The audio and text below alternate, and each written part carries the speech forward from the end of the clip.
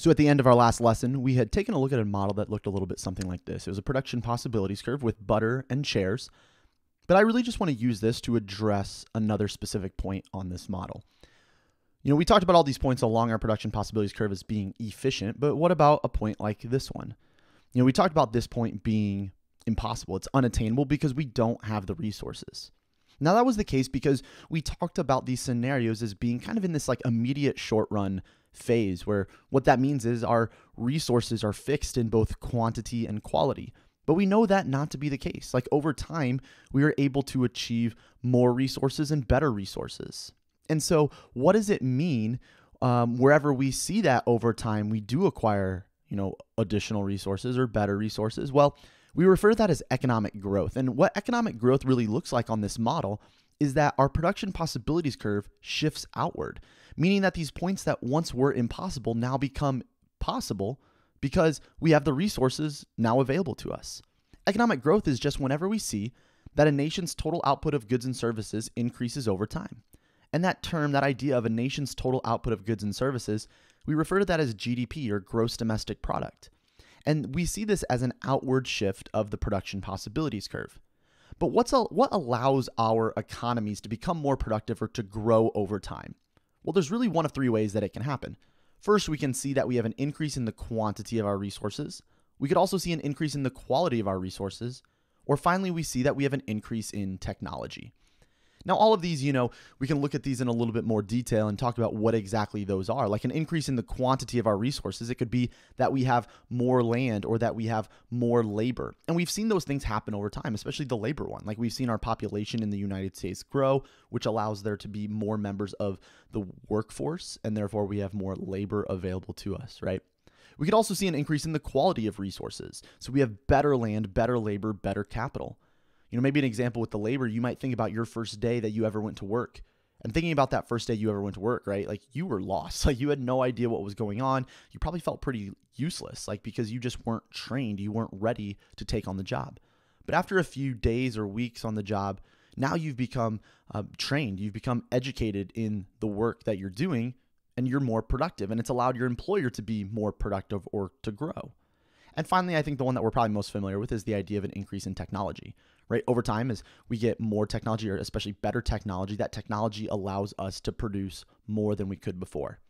Now, we oftentimes refer to these as supply factors of economic growth. And the reason we call them supply factors is because they allow our supply to grow over time, right? They allow the supply of goods and services we're producing to increase. But I want to talk about a scenario that's maybe not necessarily seeing that our economy is growing over time, meaning we have more resources or better resources, but let's kind of think about how do we become more productive? And let's take a look at this with an example you might see, here at school, right? So let's suppose that Carmel High School had stayed with the same teacher for all subjects, right? So back to thinking to like elementary school where you went into the same classroom and you stayed with that same teacher for all subjects. How productive would we be as a school at teaching students? I guess maybe a better way of asking this then is how do we become more productive from where we are, right? Like thinking about our productivity if we were doing that model versus how do we become more productive?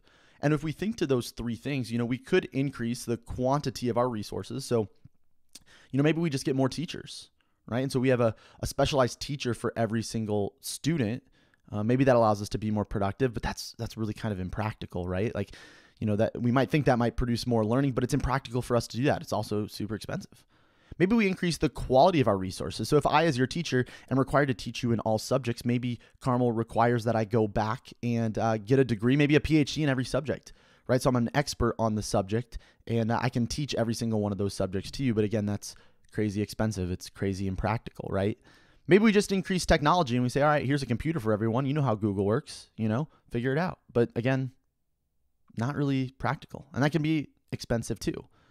So maybe a better way for us to ask this is there just a way for us to be more productive by rather than us experiencing growth through an increasing quantity of resources, quality of resources, or technology, is there a way for us to be more productive just by shifting things around a little bit? And there is, because that's what we do on a regular basis. We specialize and then we trade. So we have teachers who specialize or focus on a specific subject. Rather than saying, hey, become an expert in all of these subject areas, we're going to ask teachers just to become an expert on a single subject area. And it allows them to be more efficient because they can focus all their time and energy just on that specific subject. And then from there, we trade, or you trade classes, right? You go from teacher to teacher. Rather than staying in a single classroom all day with one teacher, you go from class to class to class and go to those different teachers that specialize in different subject areas. And that allows us to be more productive. Everyone's better off. We're more efficient as a school. And now what we're seeing here are the principles that kind of play out when it comes to specialization in trade. And this is not just true on like a micro level, thinking about the school, but it's also true on a macro level as we think about international trade. And international trade is sort of the exception to the rule because by trading, countries are able to then achieve combinations of goods and services that lie outside of their own production possibilities curve. And really just what that means is that we're going to be able to achieve points as a country that we couldn't have achieved on our own, not experiencing growth, but just through specialization and trade. Now, in doing so, what we end up seeing is that we have a couple different advantages that we talk about. By advantages, what we mean are, who's better at doing something. But again, we're looking at it in a couple different ways. We're going to talk about one advantage that's known as absolute advantage, meaning a producer or a country can produce more of a product than another producer or country when they put their resources toward that. But this is not the end all be all. Like, this is not where our focus should be. Because if that was the case, there would be no incentive for the world's largest economy or for large economies to trade with smaller economies, right? Because they have more resources, they're bigger, like they could already do or make more of that on their own. But we don't focus on absolute advantage. Let's think of it this way. When I was a kid, when I was maybe 8 or 9 years old, my dad started having me mow the lawn, and we had a pretty big lawn. We kind of lived out in a more rural area, and we had one of those big old riding mowers, and so he taught me to start mowing the lawn. Now, why would he have me, like this little 8, 9-year-old, start mowing the lawn when he was so much better at it? Like, he could do it in half the time it took me, and it was a pretty big yard, so it took a significant amount of time. Why would he have me do it? Well, if you think about it, my dad could have been doing a lot of other more productive things with his time. He could be doing house projects. He could be going to work and, earning money to put food on the table. And me as an 8 or 9-year-old, I was just giving up some time, like, playing baseball in the yard or playing with Legos, right? So when we consider who was giving up more in order to mow, my dad was giving up a lot of productive time, and I wasn't really being all that productive as an 8 or 9-year-old. And that comes back to this concept that we've talked about of opportunity cost. And that's what comparative advantage looks at. A producer can produce a product at a lower opportunity cost than others. And what that means is someone can produce something and give up less in the process. I had a comparative advantage for mowing the lawn as an 8 or 9-year-old, not because I was better at it, but because I was giving up less in order to mow the lawn, and therefore we were able to be more productive as a whole. Right? Because I could be mowing the lawn and my dad could be doing those more productive things. Comparative advantage is going to be the advantage that we focus on as we talk about international trade, again, being kind of the exception to the rule when it comes to economic growth. So let's take an example. Let's say we have two countries. Let's say we have Bradley Land and let's say we have Millertopia, and let's say that these two countries produce either cars or motorcycles, right? And so we're kind of thinking production possibilities type thing here. Let's say if Bradley Land put all their focus and attention and resources toward producing cars, they could produce 12,000 cars. Or if they put all their focus, attention, and resources toward motorcycles, they could produce 6,000 motorcycles or anything else in between.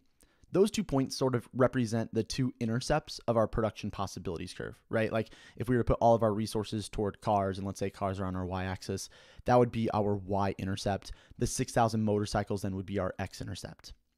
Now let's say for Millertopia puts all their focus, attention, and resources on cars. They could produce 4,000 cars, or all their attention, resources, and focus on motorcycles, 16,000 motorcycles. Again, or anywhere else in between.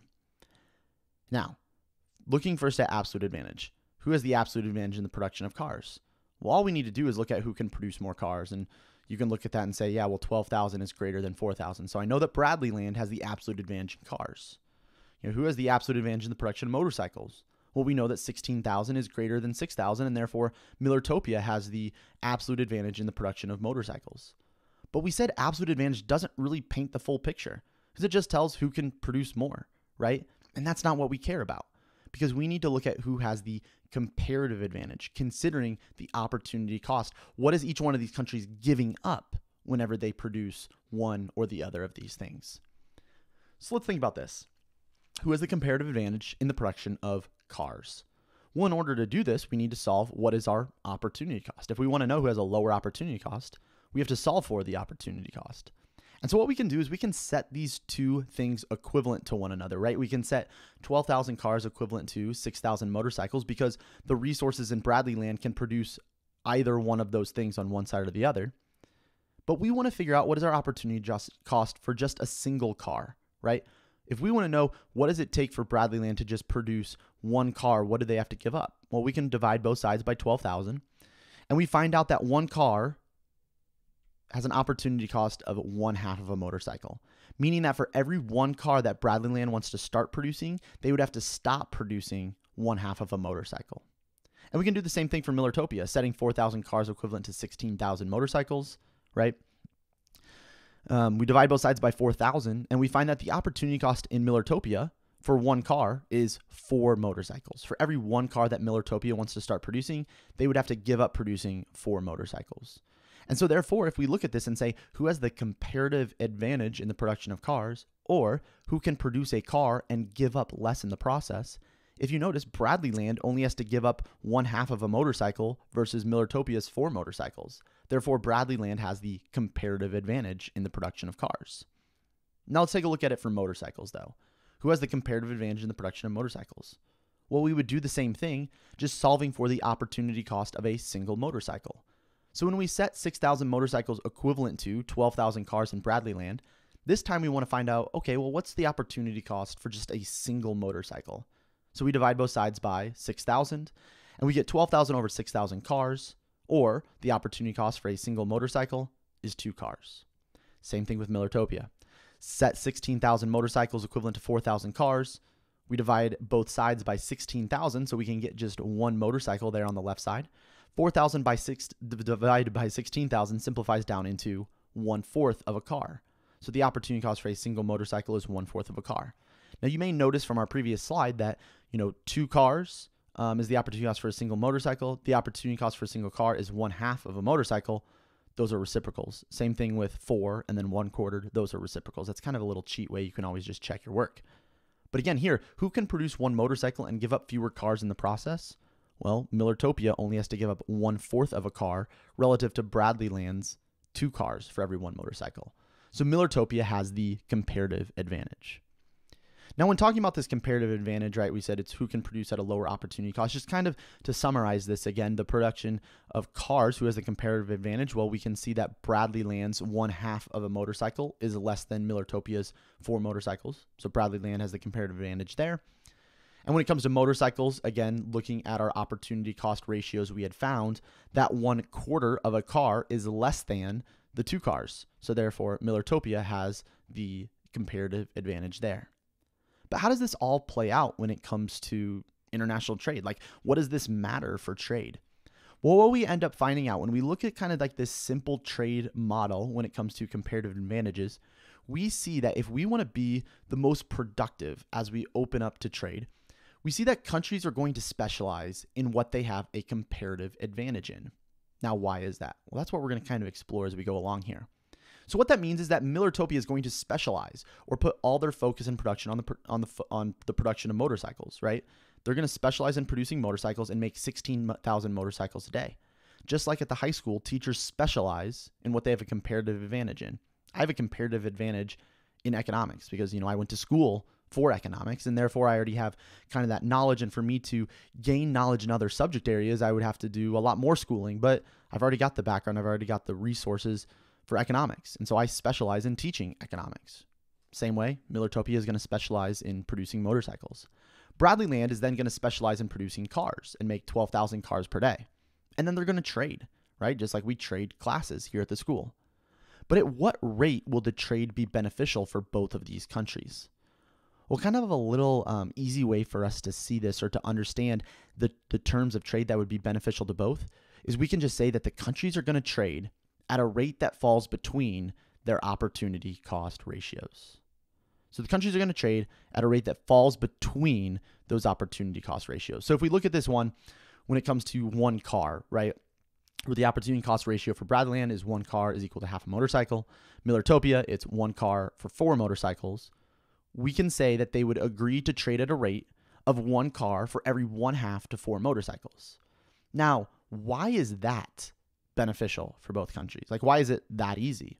Well, I mean, just really think about it. If Bradley Land is going to specialize in producing cars, and they know on their own they could stop producing one of their cars and end up getting half a motorcycle in production, if they're going to trade and that trade's going to be beneficial, they need to make sure that they gain more than 1/2 of a motorcycle for every car that it trades away. So they're content with anything over 1/2 a motorcycle. If you want to trade 1 car for 1 motorcycle, they're cool with that. If you want to trade 1 car for 100 motorcycles, they're cool with that, right? That's beneficial to Bradley Land. At any point of 1 car gets you more than half a motorcycle. Now, in order for trade to happen, it has to be mutually beneficial. So it needs to be beneficial to Millertopia as well. And Millertopia looks at this and they say, okay, well, I can stop producing 4 of these motorcycles that I'm making and get 1 car. So in order for this trade to be beneficial to me, I need to be able to gain 1 car for fewer than 4 motorcycles. Like if I only had to give up 3 motorcycles or 2 motorcycles for every car, that's going to be beneficial there for Millertopia, right? Now, what we end up seeing is that this then, they're like the ranges in which it's beneficial for both would overlap from 1/2 to 4 motorcycles. Because Bradley Land wants anything greater than 1/2. Millertopia wants to give up fewer than 4. It overlaps in that range. So they would be content trading for 1 car for 1 motorcycle, or 1 car for 2 motorcycles, or 1 car for 3 motorcycles. Any of that is beneficial. Anything in that range, not inclusive. So let's suppose that they agree to trade at a rate of 1 car for every 2 motorcycles. Let's take a look at what this would look like graphically. First, what we're going to do is we're going to plot out their production possibilities curves. And so here we have Bradley Lands with the 12,000 cars and 6,000 motorcycles. And then over here for Millertopia, we have the 4,000 cars and 16,000 motorcycles. Now, just a really quick hint, just kind of a helpful little piece of information. If you look at these, if you ever plot out the production possibilities curve, as long as you do it on the same graph or on graphs that the units along the axes are the same, what you'll find, kind of an easy way to check your comparative advantage work, is that whoever's production possibilities curve is flatter, they have the comparative advantage for whatever item is on the x-axis, on the horizontal axis. So whoever's is flatter, they have the comparative advantage for what's on the x-axis. Whoever's is steeper, they have the comparative advantage for what's on the y-axis. And that makes sense. Like we can see here, Millertopia has the comparative advantage in the production of motorcycles. Oh, it just so happens that's what's on our x-axis. Bradley Land has the comparative advantage in cars. That's what's on our y-axis. There's a steeper, right? So you can kind of see that there. So we said they're going to specialize. What does that mean? Well, it means that Bradley Land is going to make 12,000 cars, while Millertopia produces 16,000 motorcycles. Now from here, they are going to trade. And they're going to trade at a rate of 1 car for every 2 motorcycles. And so let's maybe scale that up a little bit. They're not just going to trade for 1 car for 2 motorcycles. Let's say we multiply that out by 4,000. So they end up trading 4,000 cars for 8,000 motorcycles, right? That's still at that rate of 1 to 2. But we're dealing with an entire economy here, not just a single car for 2 motorcycles, right? So let's suppose they trade 4,000 cars for 8,000 motorcycles. So Bradley Land exports those 4,000 cars. So their number of cars goes from 12,000 down to 8,000. While Millertopia receives those 4,000 cars as imports. So their number of cars jumps from 0 up to 4,000. Now, remember, there's a trade going on here. So Millertopia then has to send, of those 16,000 motorcycles, they're going to send 8,000 of them. They're going to export 8,000 to Bradley Land. And Bradley Land's going to receive those 8,000 motorcycles in exchange for those cars. Now, if you notice, we move from those original points of specialization to a new point. And if you see this point for both of these countries, what's true about this point? Well, this point lies outside of both of these countries' production possibilities curve. Bradley Land can now achieve a point of 8,000 motorcycles and 8,000 cars, a point that they could not have achieved on their own. Same thing with Millertopia. They have 8,000 motorcycles and 4,000 cars. That's a point that they could not have done on their own. And so this is why we call it the exception to the rule. Because in order for us to achieve a point that was once impossible, we didn't have to experience growth. We were able to trade. Everyone is now better off from trade because they can achieve levels of goods and services that were impossible without the trade, right? On our own, we couldn't have achieved those points. But when trade is mutually beneficial, everyone is better off from trade, we can see that we are now able to achieve points that we could not have done on our own. And that's why countries end up trading.